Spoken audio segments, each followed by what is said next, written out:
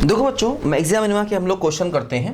देखो मान लो अपने पास एक क्वेश्चन है 2 raise to the power x minus 1 2 raise to the power x minus 2 का होल स्क्वायर। हमें इसमें लोकल मैक्सिमा और लोकल मिनिमा बताना है ना। देखो इस क्वेश्चन में हमको लोकल मैक्सिमा और लोकल मिनिमा बताना है। जो भी लोकल मैक्सिमा जो भी लोकल मिनिमा पॉसिबल है सारे हमको बताने हैं। देखो ध्यान दो, लोकल मैक्सिमा और लोकल मिनिमा कहाँ कहाँ मिलता है? उन पॉइंट्स पर जहाँ पर फंक्शन डिसकंटिन्यूअस है, या जहाँ पर फंक्शन नॉन डिफरेंशिएबल है, या जहाँ पर D Y D X zero है, या क्लोज इंटरवल के एंड पॉइंट। देखो ध्यान दो, जैसे ये फंक्शन है, ये कंटिन्यूअस फंक्शन है और ये डिफरेंशिएबल फंक्शन भी है, ठीक है। तो इसमें डिसकंटिन्यूअस और नॉन डिफरेंशिएबल वाले पॉइंट्स नहीं मिलेंगे। क्लोज इंटरवल दिया नहीं गया, मतलब x बिलोंग्स टू r है। इसीलिए इस फंक्शन में अगर मैक्सिमा या मिनिमा मिलेगा तो उन्हीं पॉइंट्स पर मिलेगा जहां पर डिफरेंशिएशन जीरो होगा, है ना।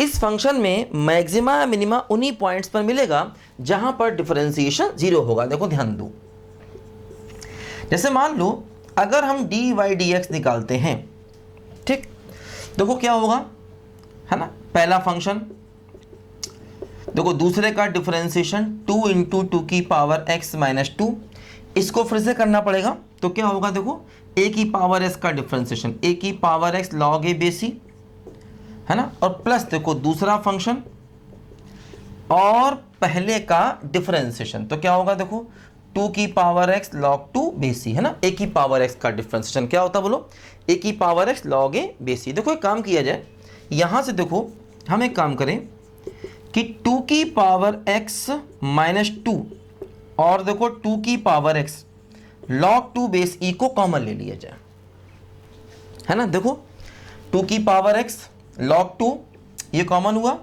और 2 की पावर x माइनस 2 भी देखो कॉमन हुआ। देखो क्या बचा है 2 इंटू टू की पावर x माइनस 1 और देखो 2 की पावर x माइनस 2। देखो यहाँ पर ये दो टर्म बच गए, है ना, एक बाहर गया एक बचेगा, ठीक है।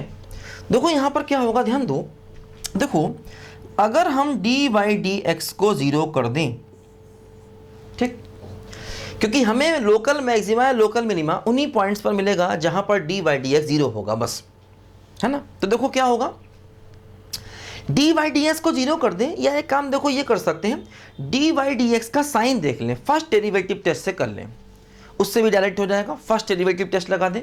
देखो डी वाई डी एक्स को जीरो करने से अच्छा है फर्स्ट डेरिवेटिव टेस्ट लगा दें। देखो क्या करेंगे, डी वाई डी एक्स को थोड़ा सिंप्लीफाई करें, है ना। देखो डी वाई डी एक्स को सिंप्लीफाई तो करें, 2 की power x log 2 base e 2 की पावर x माइनस 2, देखो ये मल्टीप्लाई करो तो क्या आएगा, देखो 2 इंटू टू की पावर x 2 की पावर, देखो 3 इंटू टू की पावर x और माइनस 2 क्या हो गया, बोलो -4 हो गया। ध्यान दो, ठीक है। अब देखो अगर हम डी वाई डी एक्स का साइन देखें, है ना, अगर हम डी वाई डी एक्स का साइन देखें, देखो क्या होगा, एक लाइन बनाएं। देखो ये हमेशा पॉजिटिव है, log 2 हमेशा पॉजिटिव है, क्योंकि log की देखो वैल्यू अगर x 1 से बड़ा है तो log हमेशा पॉजिटिव होता है। देखो ये 2 है, log 2 पॉजिटिव होगा। देखो log का ग्राफ ऐसे जाता है इस तरीके से, ये देखो अगर ये log कौन सा है, जिसका बेस 1 से बड़ा हो, बेस 1 से बड़ा वाला log है। अगर x 1 से बड़ा है तो log की वैल्यू पॉजिटिव, है ना। देखो यहाँ पर ये जो log 2 है, देखो ये 1 से बड़ा है, log की वैल्यू पॉजिटिव। तो देखो ये भी पॉजिटिव है और देखो ये भी पॉजिटिव है, ध्यान दो। अब देखो 2 की पावर x माइनस 2, 2 की पावर x माइनस 2 पॉजिटिव, मतलब 2 की पावर s ग्रेटर देन 2 की पावर 1, तो x ग्रेटर देन 1, मतलब अगर x 1 से बड़ा है तो ये पॉजिटिव होगा। देखो यहाँ पर 1 लगा दो, ठीक। अगर x 1 से बड़ा है तो देखो ये टर्म पॉजिटिव होगा, है ना। देखो 2 की पावर x माइनस 2 और 1 से छोटा है तो देखो ये नेगेटिव होगा, है ना।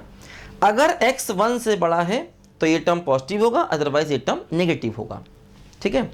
सबको अलग अलग करके करेंगे। वेविकर मेथड यहाँ पर नहीं कर सकते क्योंकि उसके लिए लीनियर फैक्टर्स चाहिए, और लीनियर फैक्टर देखो यहाँ नहीं है, अलग अलग फंक्शन है, तो इसको ऐसे ही करना पड़ेगा। देखो ध्यान दो, अगला टर्म क्या है, 3 इंटू टू की पावर x माइनस 4, देखो 2 की पावर s ग्रेटर देन 4/3, है ना। तो देखो यहां से क्या होगा, x greater than log 4/3 base e। देखो ये, है ना, ये देखो ऐसे करके आया, ठीक।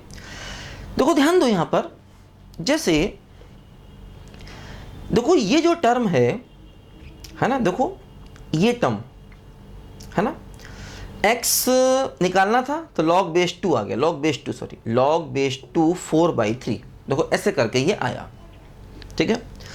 अब देखो इस टर्म की जो वैल्यू है, देखो ये 1 से कम होगी, है ना। देखो ये जो रिजल्ट आएगा इसका, जो रिजल्ट आएगा देखो इसका, ये पूरा का पूरा टर्म देखो 1 से कम होगा, क्योंकि देखो ऐसा ना, log 2 बेस 2 की वैल्यू 1 होगी और ये टर्म एक्चुअली 2 से कम है, तो इसलिए इसकी वैल्यू 1 से कम होगी। तो मतलब एक काम करते हैं, देखो 1 को आगे बनाए यहां पर कहीं, इसके पीछे देखो ये प्लस और देखो पीछे माइनस, है ना। और ये टर्म 1 से कम है, इसको यहां कहीं बनाए, log 4/3 बेस 2।